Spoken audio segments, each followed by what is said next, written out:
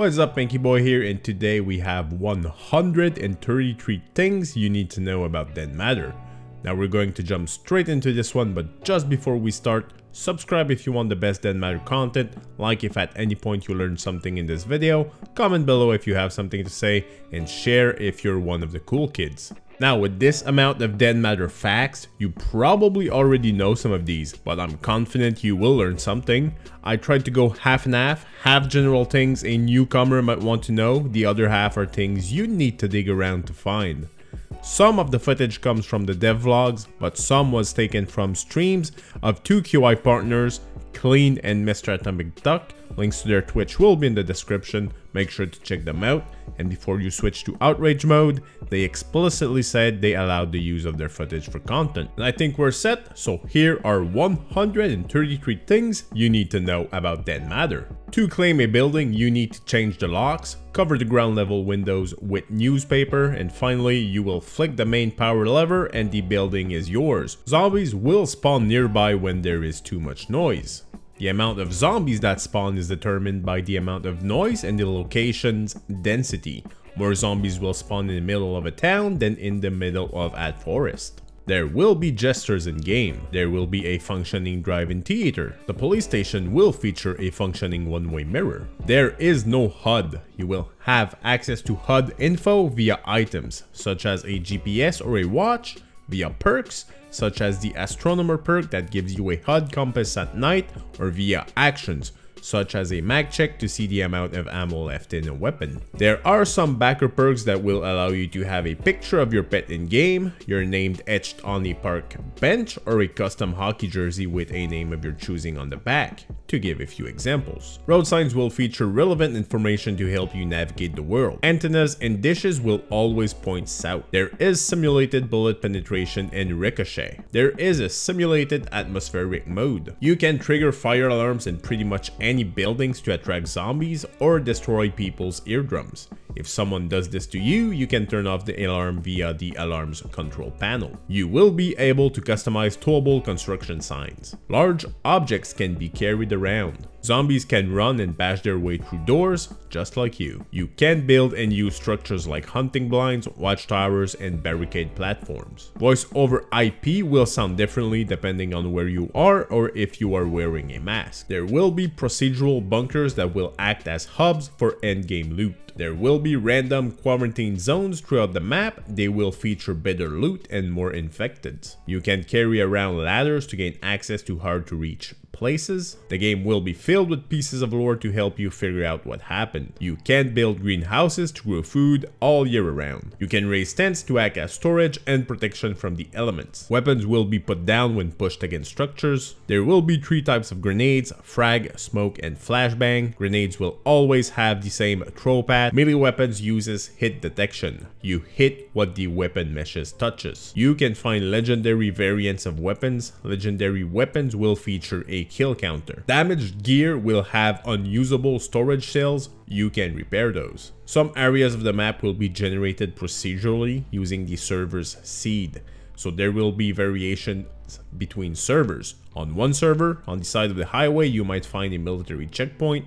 On another server, it could be an evacuation zone. Buildings are fully modular. This will minimize the repetition throughout multiple buildings. Gas stations, which is a common building, will have slight variations. You can shoot from moving vehicles. There is a day and night cycle. By default, it is 5 times faster than real life. Moon phases will be accurate and based on a real calendar. The moon phases will affect nighttime lighting. Vegetation, color, and life will follow a simulated season cycle. Zombies will be able to vault over obstacles. Because the game is set in Canada, you might find some pinned magazines, which restricts the amount of ammo that will fit. You can remedy that with the right tool. There is a control system for the influx of resources to buildings, such as natural gas, gasoline, electricity, and water. This allows for gameplay mechanics. For example, as a server gets older, the influx of resources will diminish until there is no more. You can shoot from the back of a pickup. You can perform car surfing. Some buildings or areas will have puzzle mechanics, such as bringing electricity to a control station that will activate fans to clear a tunnel of toxic gases. You will have a tool belt with item specific slots. Items in your tool belt will not be lost if you die unless you are on the hardcore server,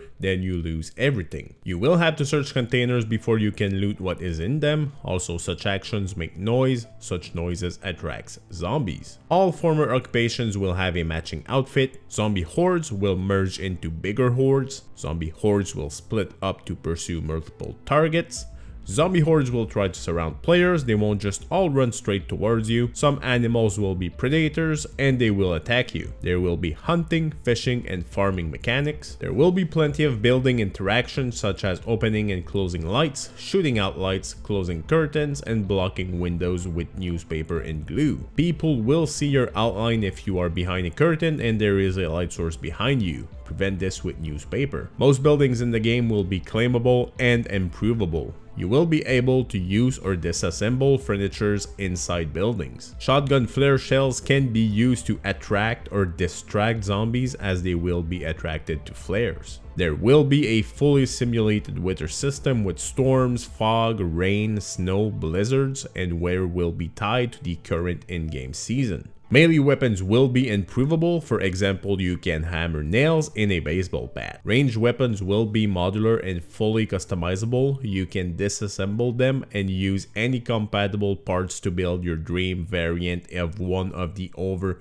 50 guns currently planned. You can place items in the bed of pickup trucks. You can bury buckets to have hidden stashes. You can place and move filled containers around the world, such as a cooler full of food. Winter seasons will feature snow that will accumulate on the ground. Also, winter stuff will happen in game. Stuff like water bottles will freeze. Plants won't grow, you will be cold, and will need to remedy that, for example, by wearing gloves to not suffer a penalty to weapon handling because your hands are frozen. There is currently 3 planned maps: the southern parts of Alberta with 3 towns, Canmore, Deadman's Flat, and Morley. There will be the city of Calgary and the island of Vancouver. You will move between those maps by reaching certain map borders or via predetermined fast travel points and discoverable fast travel points. Backers will get a unique backpack from the devs to make up for the delays. Some loot area and vehicles will require specific keys to open or operate. You can find said keys within the world. Vehicles will feature unique, randomly generated license plates. There will be multiple factions in game with their own settlements, safe zones, quest givers, traders. Factions will also have a reputation system affected by your actions. Your character attributes won't be improvable. The only thing you can level are skills by using them, such as cooking.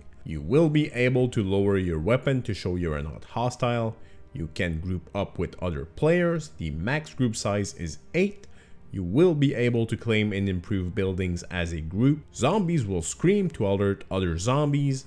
Weapon spawning will be tiered. You will find better weapons and accessories in certain areas, such as military outposts or police stations. If you die, your gear will stay on a zombie version of your former self. Zombies will not bother with animals. All they want is human flesh. Just like resources, the loot spawn rate of items will diminish as a server ages, making everything harder to find as time goes by. Server wipes will be at the discretion of the server owner. There will be in-game currency. You will find either US dollars or Canadian dollars. These will be used with faction traders. The initial player cap for official servers will be 36 players. This will increase over time depending on game stability. The Southern Alberta map size for closed alpha will be 7.5 by 7.5 kilometers, which is a bit under a quarter of the final Southern Alberta area map size, which will be 16 by 16. There will be no usable army fighting vehicles.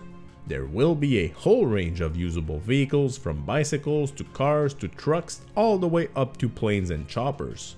There will be a go-kart track with usable go-karts. Object that uses electricity will need to be near a power outlet to work. You will be able to fully customize your character via appearance options, former occupations, and perks. There will be functional vending machine. You can lockpick arcade machines for money. The game will support super wide and ultra wide screens. There will be bows and crossbows. Den Matter will use easy anti-cheat to deal with hacking. You can accidentally injure or kill your buddies with bullet ricochet. Mind where you shoot. Lockpicking will be like in Fallout 4 but a lot harder and more time consuming. You will be able to gather natural resources such as chopping trees, collecting bark and branches, picking up rocks and harvesting hunted animals. If you fail at hot wiring a car, the alarm will go off and it will attract nearby zombies. Vehicles will require maintenance. You will need fuel, charged batteries, spark plugs, filled tires, and so on. You can throw items to make noise and distract zombies. Thrown items can also cause damage.